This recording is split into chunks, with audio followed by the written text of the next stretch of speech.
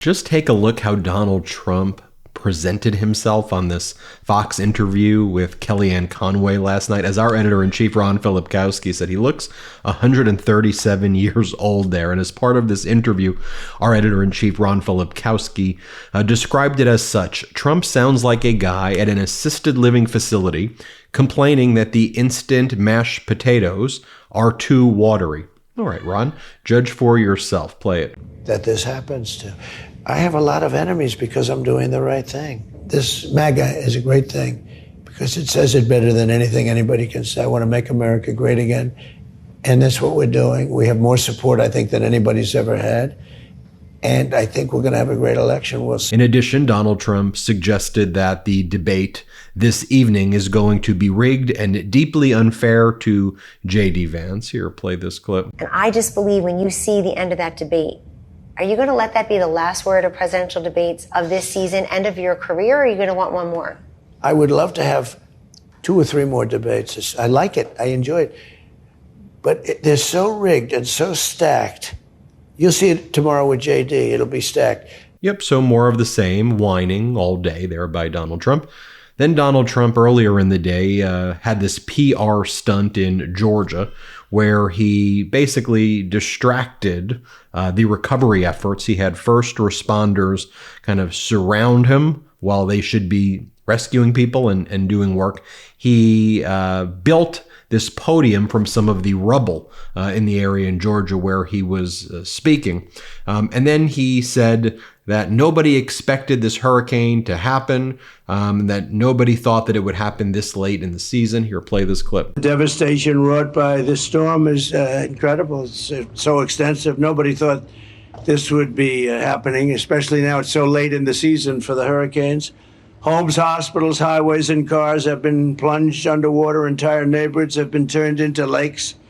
Nobody's seen anything like it. And we're quite literally in the middle of hurricane season right now. But this is what Donald Trump does. When he's saying that nobody thought this was going to happen, he's referring to himself right here. Also, in this despicable speech that Donald Trump gave yesterday, when he was basically distracting from the recovery efforts, he also spread lies and said that President Biden was not giving the aid that the governors needed, which is just totally false. So let me show you right here, for example, what Donald Trump said. Let me show you what Republican Governor Brian Kemp said in Georgia. Here, let's play this clip right here.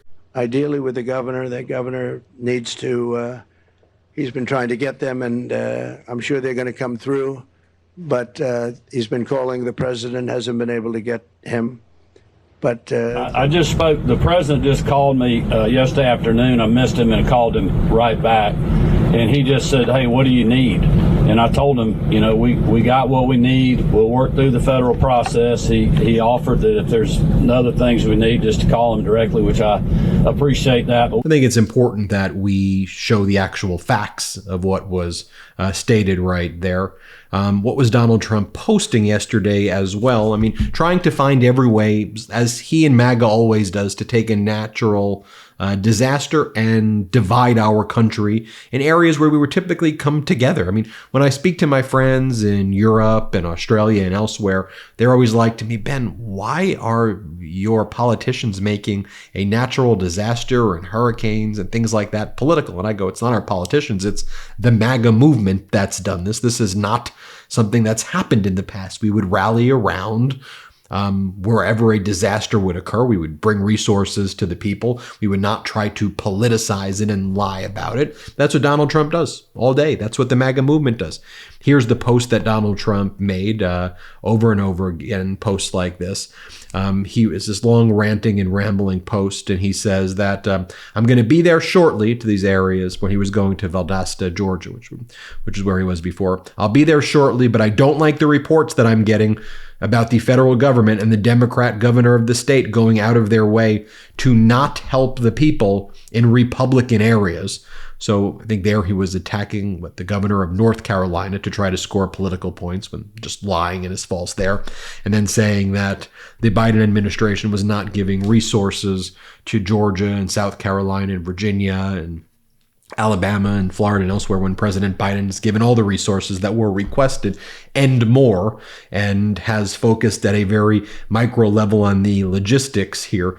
And then the corporate media then buys into Donald Trump's crap, and then they ask President Biden the questions from Donald Trump's framing, like, are you not providing the support to the governors? Here, this is what President Biden was asked, and watch how he responds. He's like, no, Trump's a liar. Here, play this clip.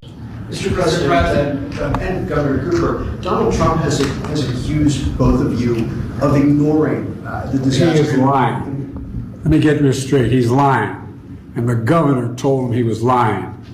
The governor told me he was lying. I've spoken to the governor, spent time with him, and he told me he's lying. I don't know why he does this. And the reason I get so angry about it, I don't care about what he says about me, but I care what he communicates to the people that are in need. He implies that we're not doing everything possible. We are. And you spoke to the governor, I assume you heard the Republican governor of Georgia talk about that he was on the phone with me more than once. So that's simply not true, and it's irresponsible. Now, I could show you, you saw the clip of Brian Kemp, the governor of Georgia. I mean, here's a clip of Governor McMaster of South Carolina. Play this clip. So this is a great team effort, and I assure you it's going to be done, but this is one that is going to take a lot of patience. We got the team. We have the equipment. The federal government is helping us well. They're embedded with us, and there's no asset out there that we have not already accessed. And here's a clip of the governor of Virginia, Youngkin, Republican. Here, play this clip. I'm incredibly appreciative of the rapid response and the cooperation from the federal team at FEMA. I've been on the phone over the weekends with the senior FEMA administrator.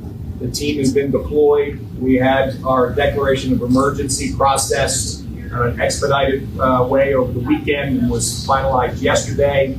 But that's not going to stop Donald Trump from lying. Donald Trump made this post about Vice President Kamala Harris. She posted, I was just briefed by FEMA's director on the latest developments about the ongoing impacts of Hurricane Helene. We discussed the administration's continued actions to support emergency response and recovery. And Donald Trump's response is another fake and staged photo from someone who has no clue what she is doing. You have to plug the cord in for it to work for the phone. Biden and Harris abandoned Americans in Afghanistan. They sacrificed Americans to an open border, and now they have left Americans to drown in North Carolina, Georgia, Tennessee, Alabama, and elsewhere in the South. And like going back to what President Biden said, it's not about me, not about Biden or Kamala or this person or that person. When Donald Trump spreads this disinformation, people die. Like when Donald Trump said, like a miracle, it's all going to go away with COVID. People die. You need to be clear, you need to be specific, and you need to have accurate information out there. And you should not be going to an area like Valdosta that is suffering and cause distractions and turn first responders into props for your speech. On the other hand, here's what Vice President Kamala Harris said, speaking in Washington, D.C., in a safe distance area, but while coordinating emergency relief efforts. She says over here, look, emergency response operations right now are the highest priority. I'm going to go as soon as it's safe to go. But right now we're focused on the logistics of solving issues and problems. Play this clip. Over the past 24 hours, I have spoken with Governor Kemp of Georgia, Governor Cooper of North Carolina, and many local officials. I have shared with them that we will do everything in our power to help communities respond and recover. And I've shared with them that I plan to be on the ground as soon as possible, but as soon as possible without disrupting any emergency response operations, because that must be the highest priority in the first order of business. And here she is again talking about how, and she's there with some folks at FEMA, that they're there operationally working to actually get things done and not do PR stunts. Play this clip. To everyone who has been impacted by this storm, and to all of those of you who are rightly feeling overwhelmed by the destruction and the loss, our nation is with you. And President Biden and I, and all of the folks behind me, are with you. We will continue to do everything we can to help you recover and to help you rebuild, no matter how long it takes. Also, speaking about what Donald Trump was doing, he was selling golden hats today, right? It was $100,000 watches that likely have parts made in China last week. Now he's doing the gold hats, saying, here are my gold MAGA hats for you. Okay. He's also selling new crypto. This is what he posted today. I promise to make America great again, and this time it's with crypto. World Liberty Fi is planning to help make America the crypto capital of the world. This whitelist for eligible persons is officially open. This is your chance to be part of a historic moment. Join worldlibertyfinancial.com. Like, what in the world are we talking about? You know, it's so interesting too. I had Colin Allred on the show yesterday. Did you watch that interview? He's the Democratic Congress member running for Senate against Ted Cruz. He's actually up by 1 point in the recent Morning Consult poll. He could pull this off. And one of the important things I asked him, and I think it's so important that you hear this part, is, you know, he's a former professional NFL player, 5 seasons in the NFL. He was a linebacker. He was the captain of his football team at Baylor University before being on the Tennessee Titans, where he played in the NFL for 5 years. And I asked him, like, when all of these MAGA people are out there, like the Ted Cruzes of the world, saying that they're alpha, like, what do you think about that? Watch what Democratic Congressman Colin Allred said. Play this clip. Ted Cruz would not last a second in a locker room. He would not last a second in an NFL locker room or my college locker room, because we could spot guys like him a mile away. We called them me guys. The me guys were the ones who were always looking out for themselves first, who didn't care about the team, who thought that they were just, that they're, you know, that they were hot stuff. And they were also the ones who we would always find a way to kind of get them, chew them up and spit them out, because we couldn't have them on our teams. So now watch the actions of these MAGAs. Like, I showed you Trump before, but here's Ted Cruz. Play this clip. Left is so bad. They're so unhappy. They're so pissed off. And by the way, if you were a liberal woman and you had to sleep with those weenies, you'd be pissed too.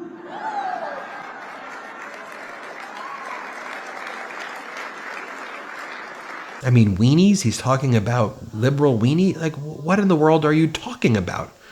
And this is extending through this whole bizarre cultish movement, right? So there's a MAGA contingency in Long Island, which is actually the area where I grew up in, although they fortunately elected Tom Suozzi, Democrat, because there's more people who support pro-normalcy and pro-democracy. But let me show you. This was the kind of MAGA-inspired fashion show that went down yesterday. Just so you know, like, you'd probably be saying, like, who are these Americans that are supporting Donald Trump? And for our international audience, let me show you, this is what the Republican Party, that they're not Republicans anymore, they're now MAGA, this is what they've become. Play this clip.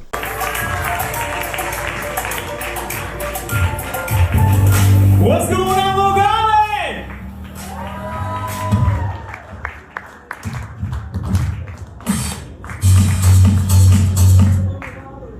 It sounds good, but it's not me.